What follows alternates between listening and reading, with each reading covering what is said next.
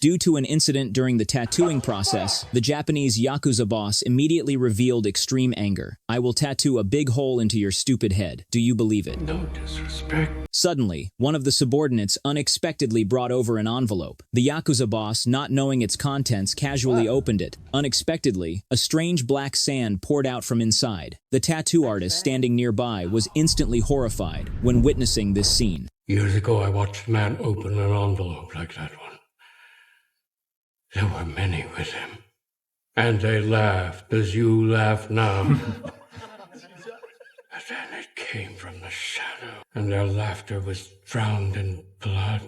It turned out that many years ago, this old man had also received an envelope sealed with similar red wax. No one who had ever received that letter could survive more than 2.5 seconds. The only reason he escaped this calamity was because his heart was abnormally located on the right side. It allowed him to luckily preserve his life. While the Yakuza boss was mocking the old man, a subordinate standing next to him suddenly had half his head cut off with blood and brains splattering all over the floor. The young women were extremely terrified, their faces pale as they screamed non-stop. Before the Yakuza boss could react, the lights suddenly went out, plunging the base into complete darkness. Everyone immediately panicked, hastily picked up their guns, and nervously aimed into the surrounding darkness. Suddenly, a subordinate was violently hooked and dragged away by an iron chain that appeared out of nowhere. In an instant, his body was torn apart like scrap paper. This bloody scene horrified everyone, shattering their courage. They went crazy, raising their guns and firing wildly in all directions. Bullets flew like rain, tearing through the air with a sharp whistle. Wherever the bullets landed, destruction followed, fragments scattering everywhere. The firepower was strong, but unfortunately, it had no effect. The enemy seemed to coexist with the darkness, hiding like demons in every corner. They used the darkness as a shield and silence as a blade. Their bizarre forms appeared and vanished, moving like soundless phantoms. Each time they struck, only a cold glint of light would flash by. There was no trace of them to be found, making it impossible to detect or defend against them. The gang's thugs fell one after another. In just a brief moment, the once noisy and chaotic scene turned into a deadly silence. Only the Yakuza boss remained standing alone in a pool of blood, so terrified that he lost control of his bodily functions. When the targets had been completely eliminated, the dark figure gradually emerged. 57 years ago, the old man had been lucky enough to escape death, but this time he was not so fortunate. Perhaps you have wondered about the world's most notorious assassin organizations. People's eyes often turn to the CIA and the KGB, believing them to be the embodiment of danger. However, they have no idea that hidden in the obscure corners of history lies another mysterious force. An assassination syndicate of ninja assassins spanning thousands of years, known as Ozunu. Its members were subjected to hellish training from childhood. Their body fat percentage was kept below 3%, and their muscle fiber density was 3 times that of an average person. Taking a head in the darkness was as easy for them as turning over a hand. To understand their history, one must return to the turbulent Sengoku period of Japan.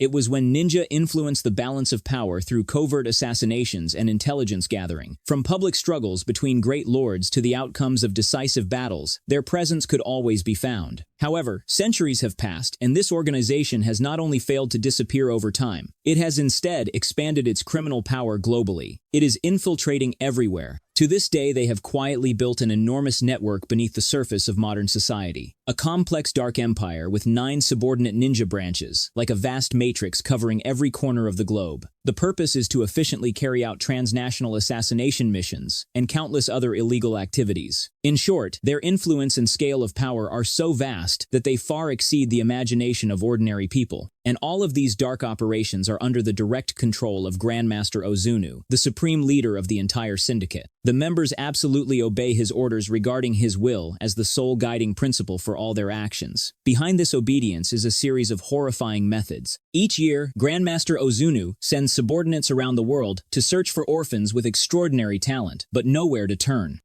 Wherever you may go, you must never forget who you are, how you came to be. You are Ozunu. You are part of me, as I am part of you.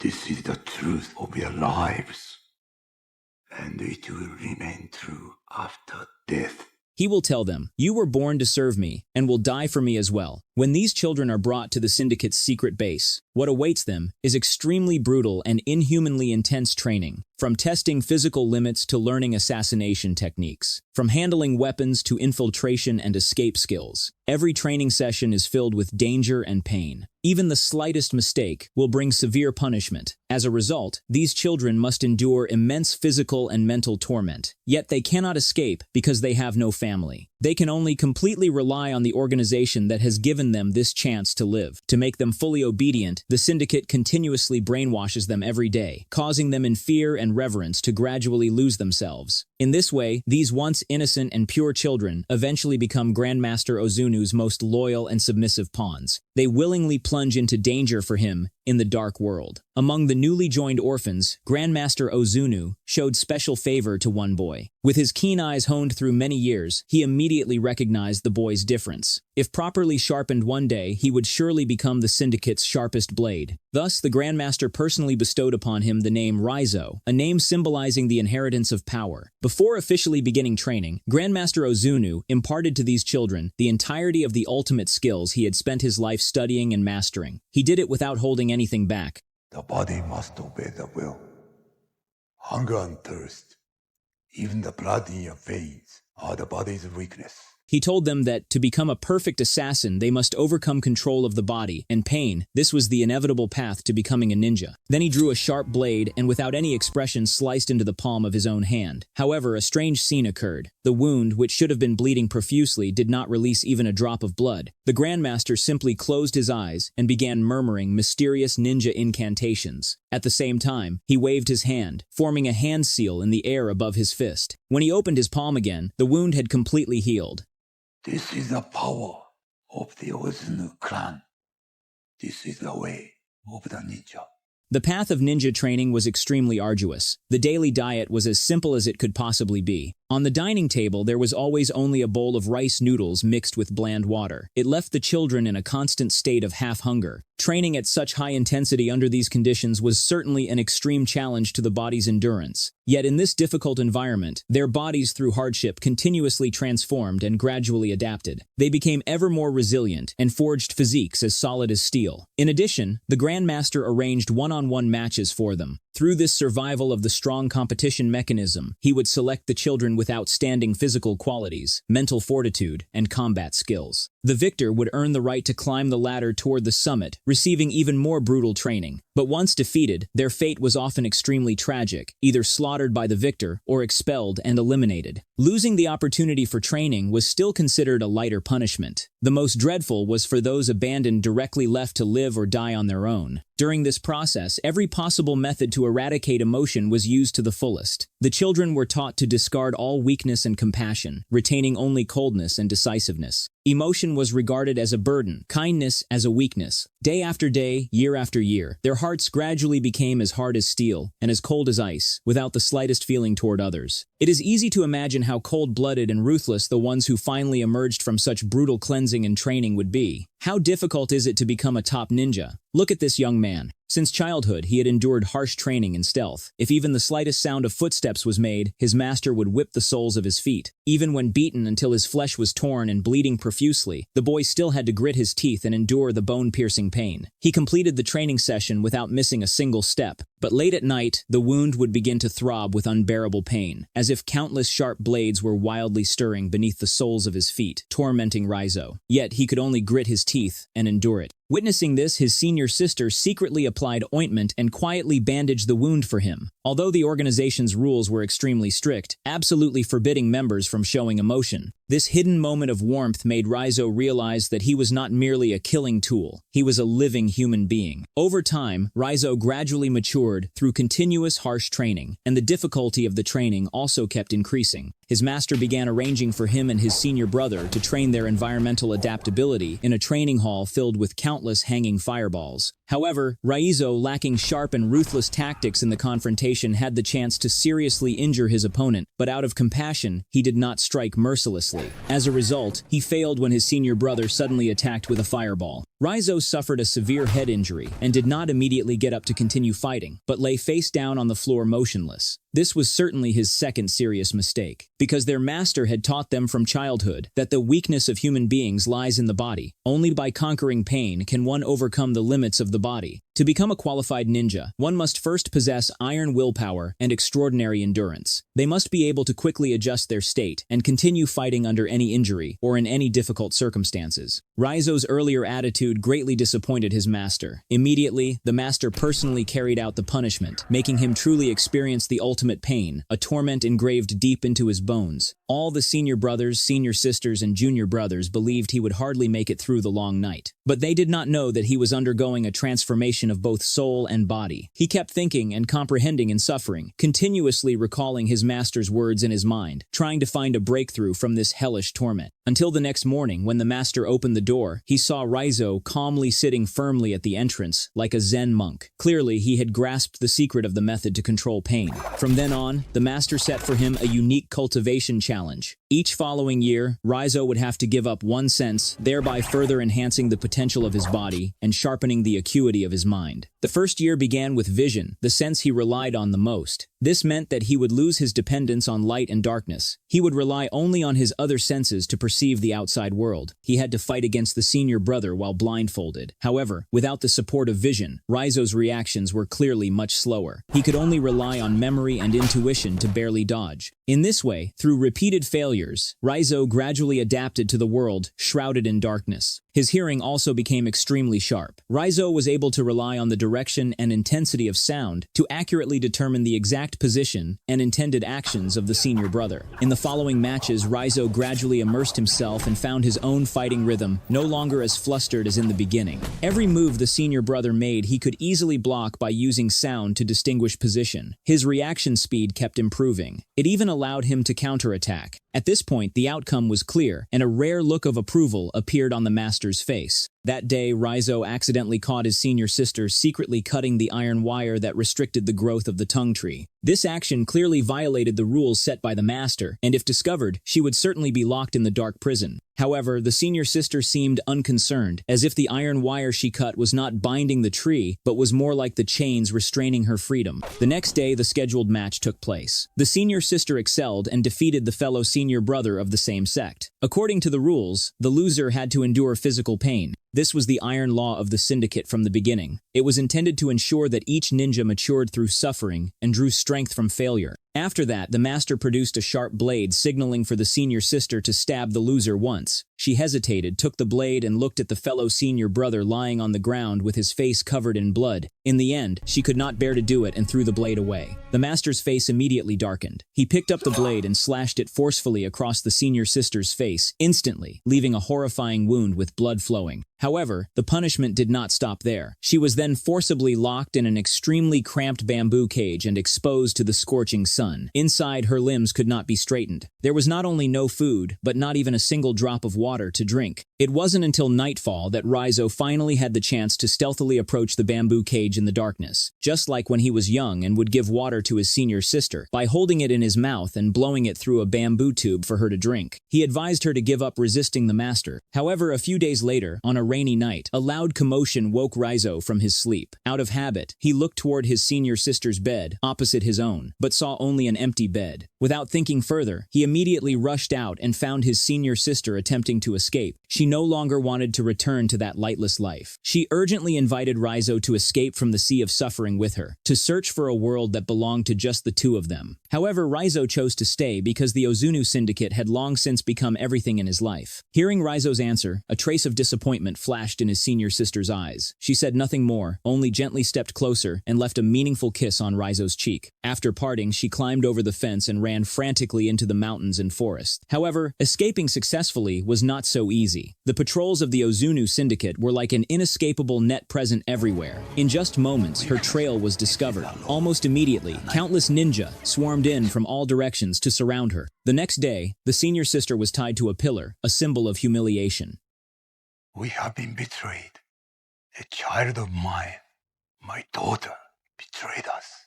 She refused my gifts, rejected our clan. Her shame can only be purged with blood. At the master's order, the senior brother immediately raised a ninja blade and without hesitation thrust it straight into her heart. After a scream, the senior sister no longer breathed. Riso witnessed this scene with his own eyes, his heart filled with boundless hatred. From that moment, the vow of revenge took root in him. Many years later, the boy Riso, who had once been powerless to stop his senior sister's murder, had now completely transformed into a fully qualified ninja. To test the results of his training over the years, the master decided to assign him an extremely challenging and difficult mission. He's wearing a gold watch. Bring it to me. The scene shifted to a thug in a suit, wearing a golden watch and smoking a cigar, urinating. Not far away, Riso, disguised as a sanitation worker, quietly approached. In this operation, he abandoned his usual weapons, carrying only a thin blade hidden in his sleeve. Then, taking advantage of the moment his opponent was off guard, he suddenly drove the blade hard into the thug's neck. Unexpectedly, the opponent countered with a spinning punch, sending him flying and making him cough up blood. It's gonna take more than a knitting needle to fuck me up, boy! This thug's strength could rival Kingpin in Marvel. He not only possessed limitless strength, but even after being stabbed multiple times and bleeding, he still acted as if nothing had happened. Riso was battered and covered in blood from the thug's attacks. He could only grip the small weapon tightly in his hand and stab at his opponent wildly in a frenzy. Though the dagger was small, each strike was deadly. In the end, the thug, severely exhausted, completely lost the ability to resist. Riso seized this golden opportunity and successfully executed a brilliant counterattack.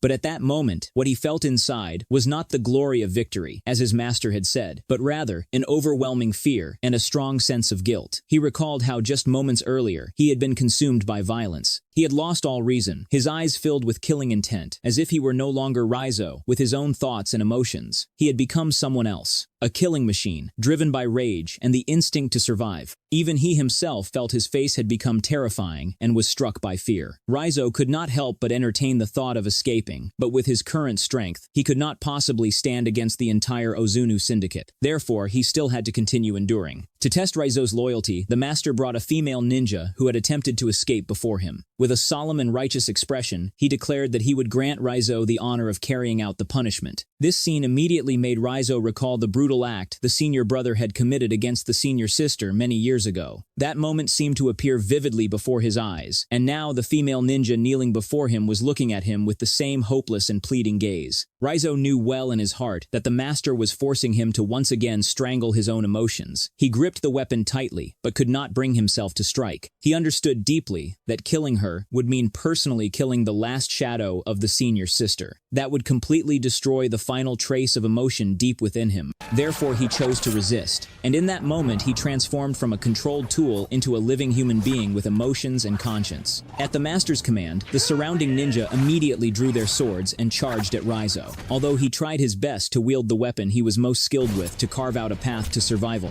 In the end, two hands could not fend off many. Riso quickly sustained multiple sword wounds. Blood poured profusely. His body could no longer hold out, and he collapsed. At that moment, it was as if he saw death beckoning to him. However, thinking of the injustice the senior sister had suffered that had yet to be avenged, he could not accept it. He struggled to his feet, wanting to fight to the death, but the next instant, countless shuriken poured down like rain, immediately piercing through his body. After a wave of sharp pain throughout him, Riso lost his balance and, unable to control himself, quickly fell from the roof of a building hundreds of meters high. Perhaps his fate had not yet run out, for below there happened to be a lake. After narrowly escaping death, Riso began a long life of exile. He fled to Berlin and hid away in the city's dark corners. During this time, he continuously trained himself. Every day, he pressed both palms firmly onto a steel board, studded with nails, performing 10,000 handstand push-ups solely to strengthen his core power. After finishing, he would quickly eat a bowl of rice noodles mixed with plain water to recover a bit of strength. Then he would immediately plunge into practicing with the ninja blade and chain. He swung them at least thousands of times. Finally came the shuriken, the indispensable ultimate skill of a ninja. For more than 20 years, over 7,000 days and nights, the same throwing motion was repeated countless times. By now, the muscle memory was deeply ingrained, but even blindfolded, he could make a shuriken hit its target without a hair's breadth of error, displaying the bearing of a top-level ninja. Although Riso was cautious enough, he still could not completely hide his trail. Faced with an offer of help from a breathtakingly beautiful woman, an ordinary man would certainly have been enchanted by her charm and found it hard to escape. However, Riso was not swayed in the slightest. He immediately saw through her identity. What clan are you from?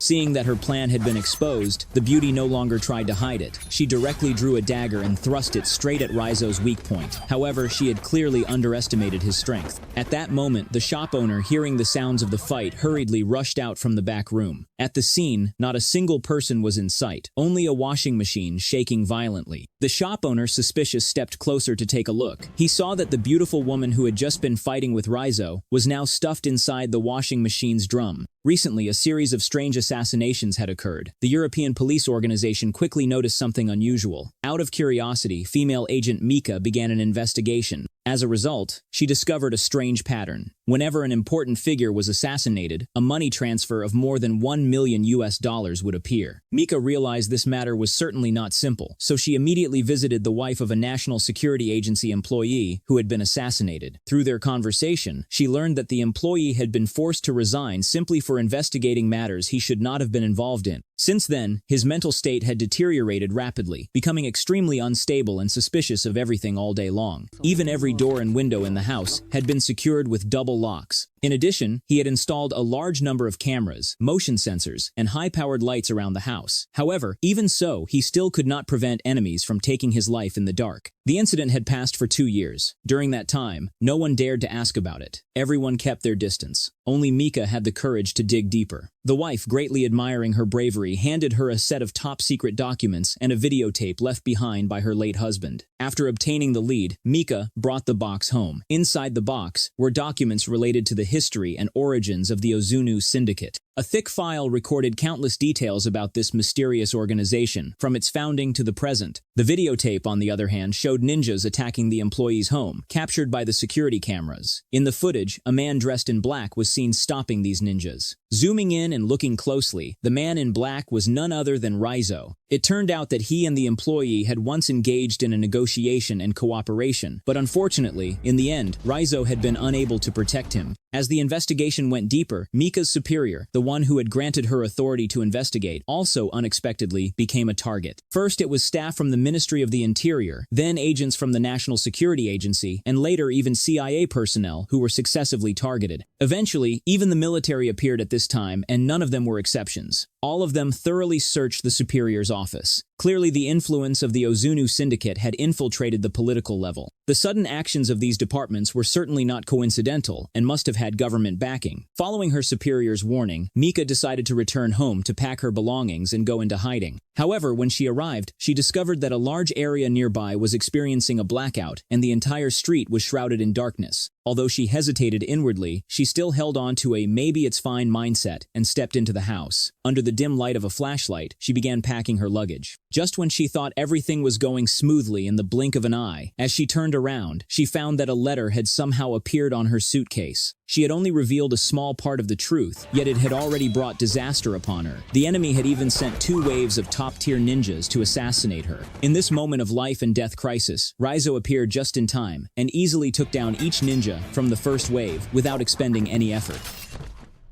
When the second wave of ninjas arrived, all that remained at the scene were scattered body parts and severed limbs. However, Riso knew well that the danger had not yet passed. The second group of enemies could track them down at any moment. He led the terrified Mika to an unremarkable hotel. Upon entering the room, he cautiously checked the surroundings. After confirming it was safe, he signaled for the female agent to take a shower. When she came out after bathing, Riso had already lit a cigarette. Then he let the smoke drift over Mika's body, aiming to remove any lingering body scent from her. It should be noted that a ninja's sense of smell is far sharper than that of a hunting dog. The real reason Riso had saved her was that he hoped to join forces with Europol to fight against the powerful Ozunu ninja syndicate. Fighting alone would make success nearly impossible. Mika also agreed with his proposal, so she took Riso to meet her superior. But in the next moment, the lights suddenly switched on all around. In an instant, countless European police officers, armed with tasers and various other weapons, rushed in from all directions. Before he could react, a jolt of electricity struck his body. Just like that, Riso was electrocuted, knocked unconscious, and captured on the spot. It turned out that Mika's superior, under pressure from higher authorities, had been forced to arrest Riso.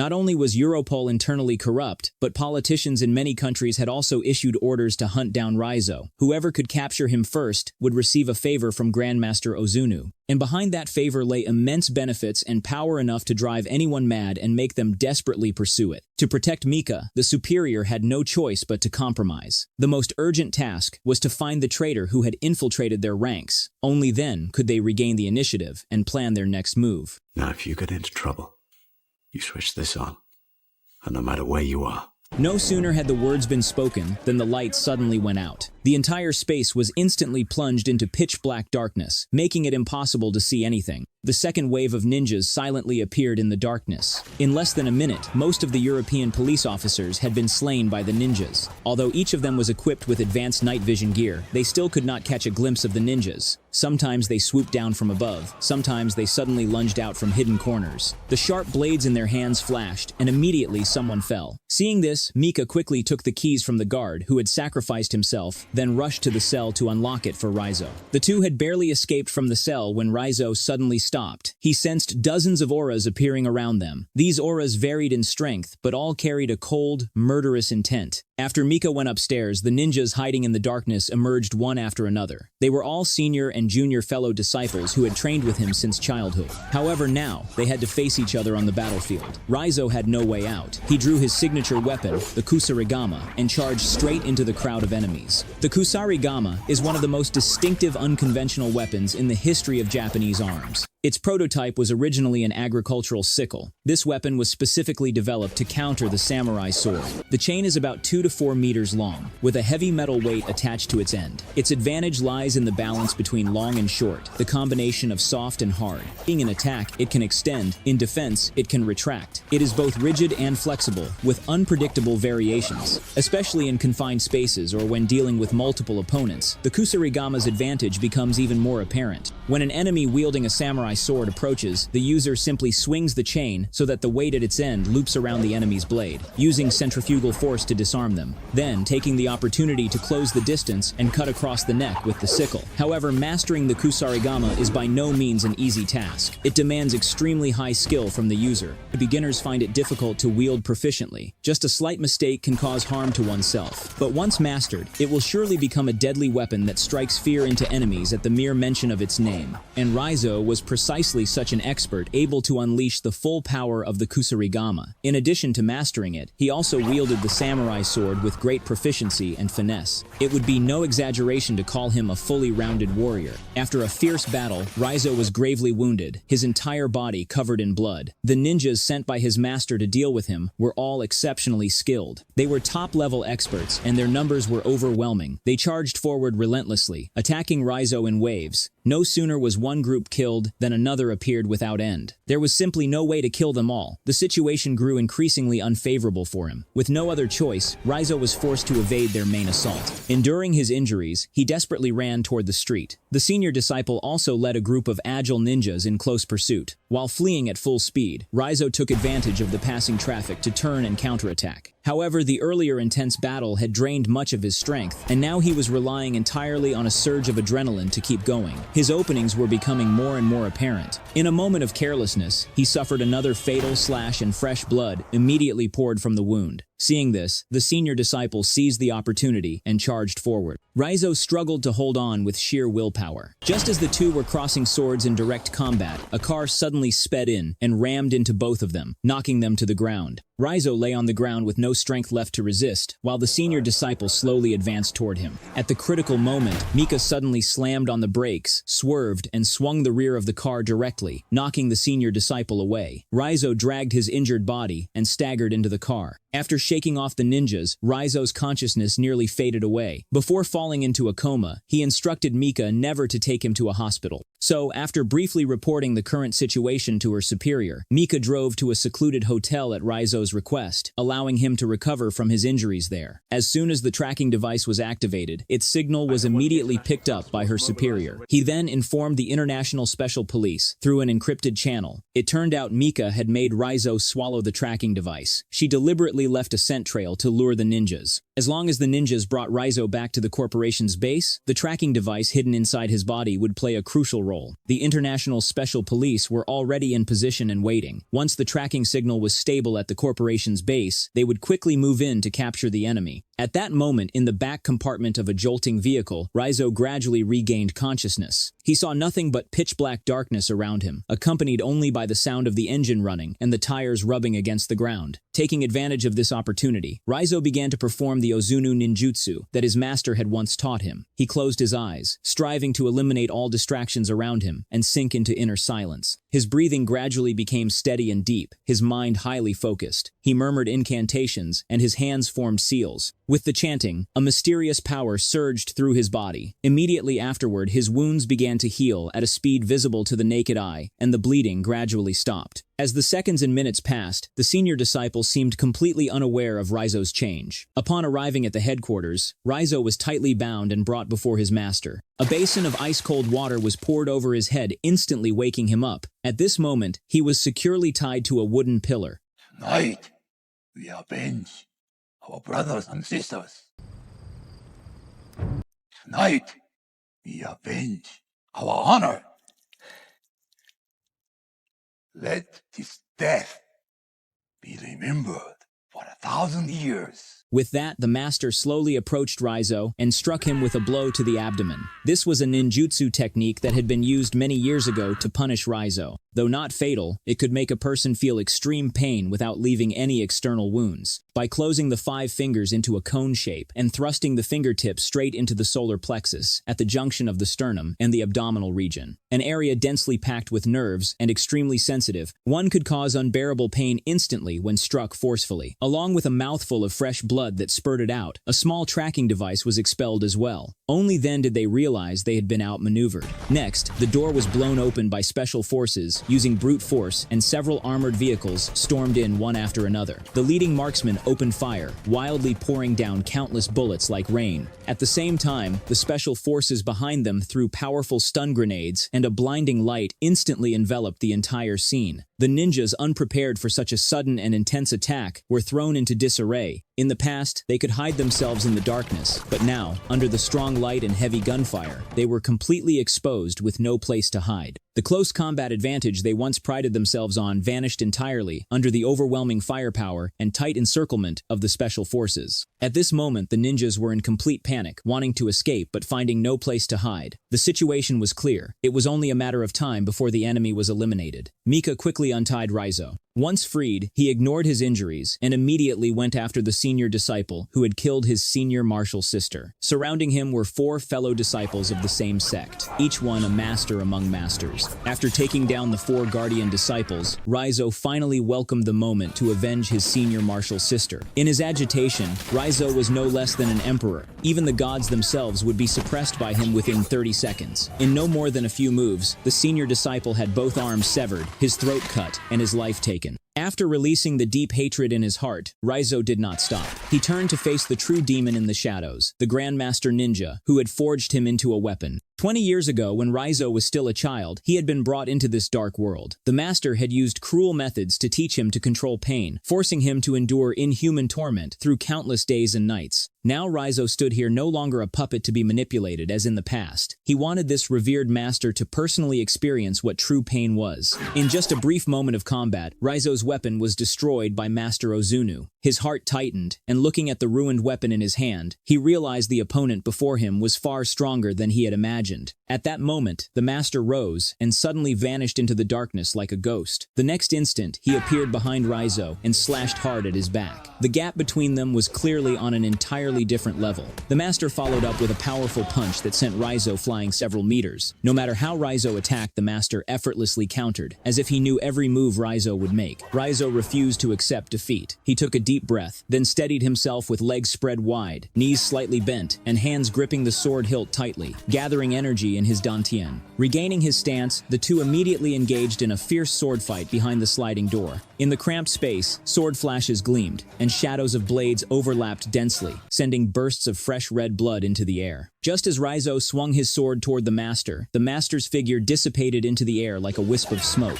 Riso was startled but had anticipated it. Drawing on his earlier experience, he quickly turned to counter. This time, his reaction was swift, and he launched a fierce offensive against the master without showing any sign of weakness. The two exchanged sword strikes their techniques, changing unpredictably, and for the moment, neither could gain the upper hand. At that point, Riso suddenly had an idea to let the master taste the feeling of a blow to the abdomen. The master let out a low groan and spat out a mouthful of old blood. Riso seized the advantage, surging forward to deliver a powerful spinning kick. But unexpectedly, the master recovered with incredible speed, adjusting his stance in an instant and delivering a heavy slash to Riso. Riso was about to continue the fight when his master once again used the shadow evasion technique, vanishing without a trace. This was the pinnacle of mastery that the current Grandmaster Ozunu had attained. The true essence of the ninja was unpredictable in movement, like a shadow, both real and illusory. It was impossible to distinguish. With the skills Riso currently possessed and his understanding of the ninja's way, there still existed an unbridgeable chasm between him and the Grandmaster, a level he had yet to reach. Just as the master was about to strike and kill him, Mika fired 2 shots in time, saving Riso. Interrupted by this sudden turn of events, Grandmaster Ozunu erupted in fury. His figure suddenly flashed, transforming into a blur as he circled behind Mika. Before she could react, the blade pierced straight through her heart. Whether it was the gentle senior martial sister Pico of years past, or Mika, now lying in a pool of blood, they were both warm lights, and the only remaining attachments Riso had in this world. Now both had perished under his master's blade. Yet Riso did not fall into a frenzy of rage. On the contrary, this heart-piercing grief gradually stirred the deep hidden power within him. The master was shocked he could no longer sense where Riso was. All along, the ninjutsu he practiced emphasized the inner mind reaching the state of emptiness. No thought, no desire. He believed that only by eliminating all distractions could one achieve the ultimate concealment and explosive power in battle. However, Riso now broke that rule, walking his own path and attaining an enlightenment, the creation of unique techniques fueled by his memories of Pico and Mika. These emotional connections in the master's eyes were weaknesses, but they became the key factor in Riso's awakening.